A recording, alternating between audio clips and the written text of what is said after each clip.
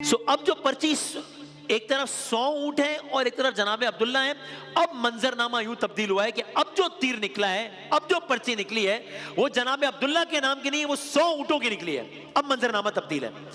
گویا سب خوشی کی لہر دوڑ گئی سب میں، یہ ایک ایونٹ بن گیا ہوگا، ایک کہہ لیجیے سیلیبریشن کا ماحول ہو گیا. ادھر سب خوش ہیں، مگر حضرت عبد المطلب جو والد گرامی وہ کچھ اور کہہ رہے ہیں. کیا کہہ رہے ہیں؟ وہ کہہ رہے ہیں نہیں، ایک بار اور دیکھ لیا جائے، ایک بار اور دیکھ لیا جائے. پھر قرآن اندازی ہوئی، 100 اونٹ اور حضرت عبداللہ، پھر سے 100 اونٹ والا تیر نکل آیا. مزید کنفرم کرنے کے لیے تیسری مرتبہ یہ ایکسرسائز دہرائی گئی، تیسری بار تیر سے قرآن اندازی کی گئی، پھر قرآن 100 اونٹ کے نام نکل آیا. اب جناب عبد المطلب بھی مان گئے. اب یہ داستان ایک نیا موڑ اختیار کر رہی ہے. اب مکے میں نئی صورتحال ہے.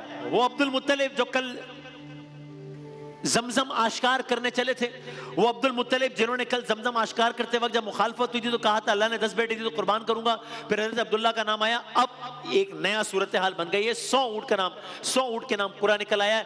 اب لوگ ایک طرف تو خوش ہیں کہ عبداللہ بچ گئے ہیں، اور دوسری طرف ہر طرف چرچا ہے 100 اونٹ کے ذبح ہونے کا. اب یہ نئی ہیڈ لائن ہے مکے میں، اب یہ نیا ایونٹ ہے. دیکھیے میں کوئی موازنہ نہیں کر رہا، لیکن آج بھی جب قربانی کا بھی جب مہینہ ہوتا ہے تو کسی محلے میں کسی علاقے میں کوئی بہت بڑا جانور یا کثرت سے جانور ذبح ہو رہے ہوں، ایک ایونٹ سا بن جاتا ہے. یہ تو عرب کا ماحول ہے، اس انداز سے قربانیاں ہوتی نہیں ہیں.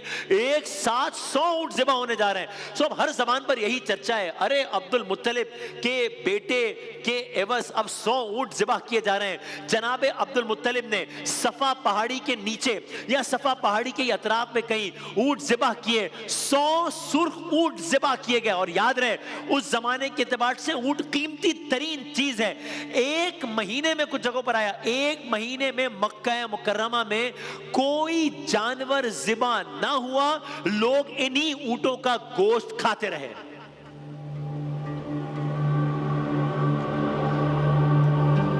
آپ دیکھ رہے ہیں ابھی سرکار دو عالم صلی اللہ علیہ وآلہ وسلم آئے نہیں ہیں، لیکن اہتمام کس کس انداز سے کیا کیا ہو رہا ہے. کہیں زمزم آشکار ہو رہا ہے، ہاں کہیں جناب عبداللہ اس طریقے سے تذکرے میں آ رہے ہیں. داستان حضرت عبداللہ، داستان والد بزرگوار سرکار دو عالم صلی اللہ علیہ وآلہ وسلم، جان بچ گئی حضرت عبداللہ کی. یہ ایک تاریخی واقعہ آپ نے سنا.